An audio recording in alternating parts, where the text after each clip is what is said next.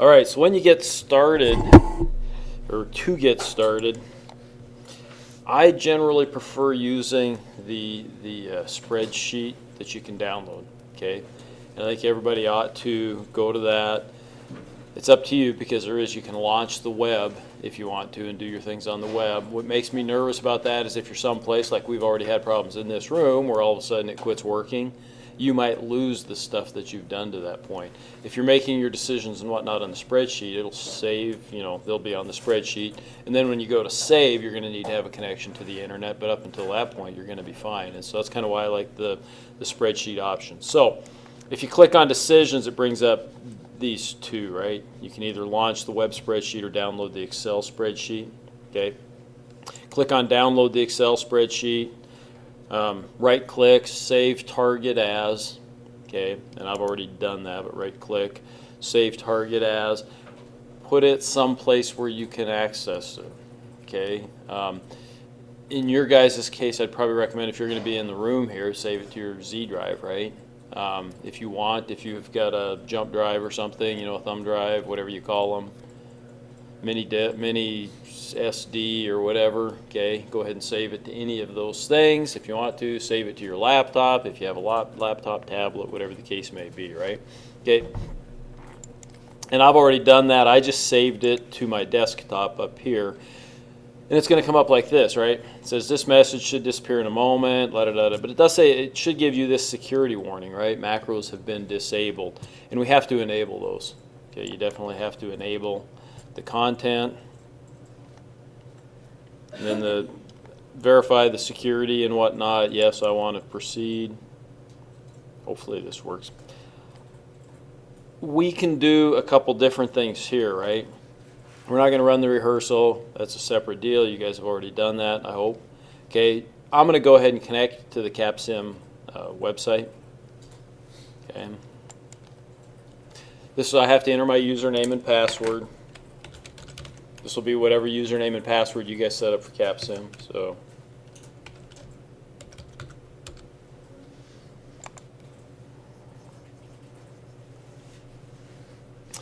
okay, it should bring up the only simulation that's in existence, and so you have to click on that and then click OK. Choose a team. I don't think it gives you guys that option. It's just giving me that option as an instructor. So.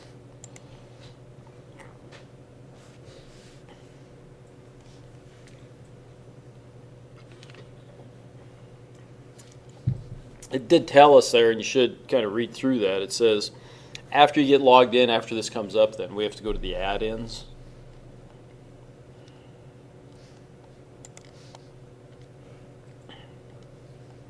Ooh, it gives you a coach to walk you through some stuff. Cool.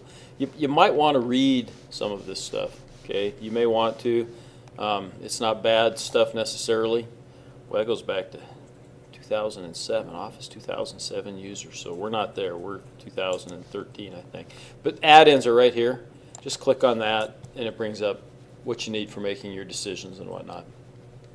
Okay, so you got to click on that.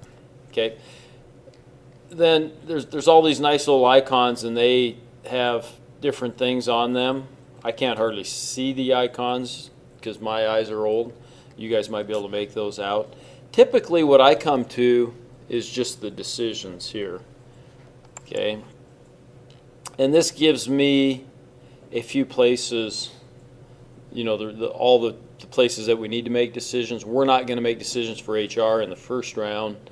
You can click on it though, but we're going to make decisions in R&D, in marketing, in production, and in finance, right? Okay. The other thing that you can look at within the spreadsheet is that you can come and look at the courier. Okay. Now I would find if I were making decisions, especially where you guys are in a team, or if I were doing it on my own, I'd probably have my little tablet set up here, and I'd probably have a computer set up here. I'd bring up the Capstone Courier just right within CapSim itself. So I'd have one of you guys having the CapSim thing, the Courier open up, because it's going to help you look up some things while the other person's maybe making decisions. For you guys that are distant, you guys are going to be doing it in a completely different format, but if you're talking while you're making decisions and whatnot, you might want to have a setup kind of like that. Most of us have tablets and tablets or laptops or desktops and all those other things. So to me that would help, okay? Because you're going to want to look at, the courier, okay? As you can see, we all start out exactly the same. Every team is exactly the same. You will be competing against two computer teams, Erie and Ferris, or computer teams that'll be competing against you guys. And then you four here, right? Okay. So you come up, start making your decisions. You can start wherever you want, okay? My suggestion is going to be maybe you start here at the R&D because you know what your strategy is going to be, right? Okay, this order is not too bad of an order that they have. Maybe start with your R&D, maybe take a look at your marketing. Your marketing is going to give you, I'm going to look at R&D first because a couple things I want to point out. I kind of talked about, and boy, that's really small print, but wherever there's a red triangle up in the corner, you get these little pop-ups. Okay, if you just hover over it, you'll get these pop-ups. You ought to read those. Okay, I'm going to guarantee you that there's some valuable information in these pop-ups when you're making these decisions, okay, as we go along, and especially as we add some of the other components like TQM and whatnot. Okay, so you ought to read these. They give you, in addition to the guide, they give you some valuable information. Okay, if it's yellow, you can't make any changes. Okay, you can only make changes where it's green. Okay, you might find, in fact, I'll tell you, not in this round. It looks like I'm a little narrow there or something. I might have to expand that, but it's not going to let me. You might find if you've made decisions that are, let's say you change your performance and your size quite a bit. If your revision date gets out too far, if it gets more than a year out, then next year you might find that you're going to have yellow there because you can't change it. Okay?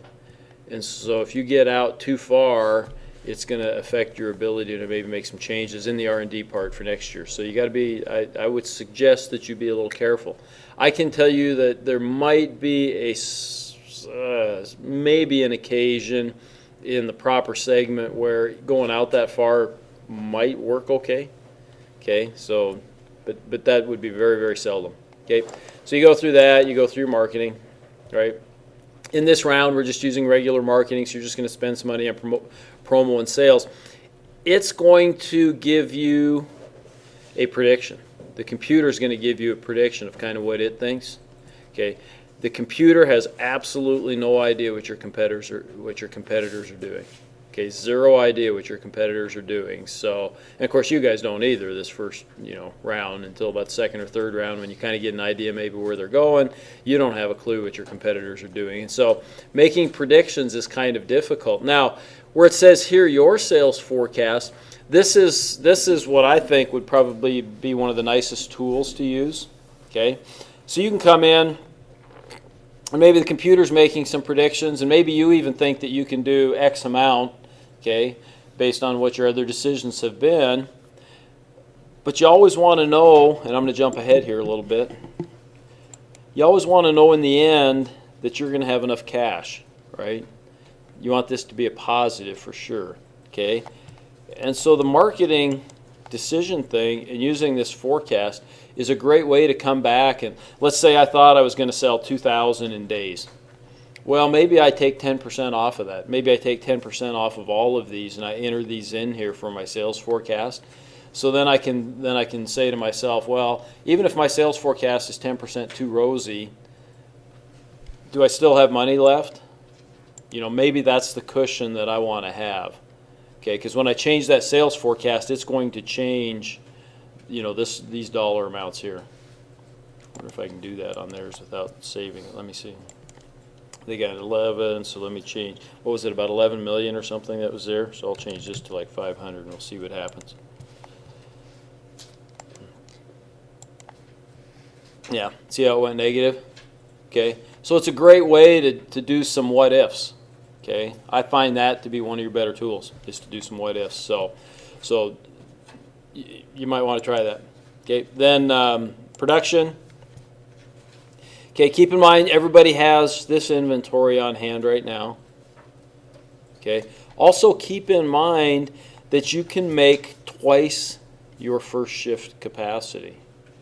Okay, you can make 2 times your first shift capacity. So in the performance and size categories out here, your capacity is 600. You can make 1,200 units.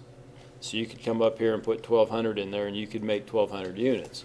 I'm not telling you that that's wise, because I'll show you something here in a bit, but you can.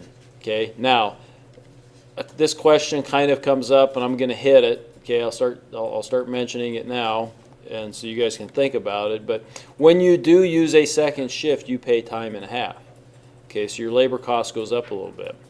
Okay, now I'm going to ask you a basic question about finance. That is it cheaper maybe to have a second shift, or would it be cheaper to add capacity?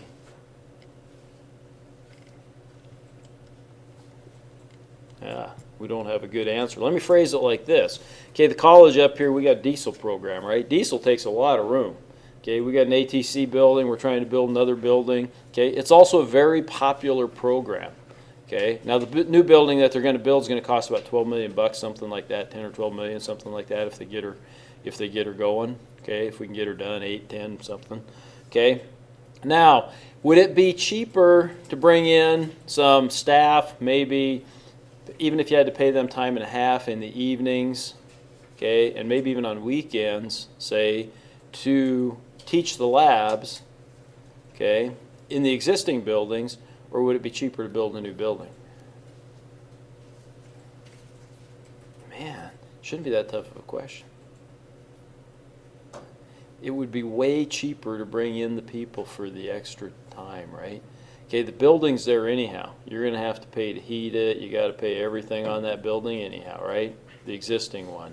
Okay, bringing in some guys and paying them a few extra bucks an hour, okay, is way cheaper than building a new building that now you're going to have to pay more heat and utilities and everything else on. And you guys in private business, you're going to have to pay taxes on that building and on and on and on, right? Okay, crazy. Okay, time and a half is cheap. Okay, that's just to give you an idea when you're looking at some things. Okay, and then like I said, lastly, you're probably going to want to take a look at the finance. Okay, HR. Let me see. I don't think it allows us to make any decisions. No, HR is all yellow, so this round you can't make any HR decisions. Second round you'll be able to. So you might want to look at the tutorial for that before that comes up, so you're kind of ready for that. So, okay, the one thing I wanted, performas also. Okay, after you've made all your decisions, you think, okay, the performers are kind of nice to come take a look at too, because it does take a look at, well, what's my cash flow going to look like? Ooh, not good. I got 0 closing cash position, right? And so you can go and change your decisions and whatnot. You can come and look at these performers. And again, they don't know what your competition is going to do, so they don't actually know what's going to happen in the round. Okay, so this is not something that's perfect. Don't expect that your round's going to end up like the performer tells you, but it does give you some idea. Okay. I wanted to look at, I think this, yeah. Okay, you guys are all starting here. Your blue is capacity. Your what color is that? Maroon, burgundy. Help me out, gals. Is that one of those works? Huh? Okay, thank you. Okay, so your capacity is kind of this bluish color, and your production is kind of a maroon or burgundy. So we have right now, even in the first shift, we have excess capacity, right? If we look at it as an industry as a whole. Okay.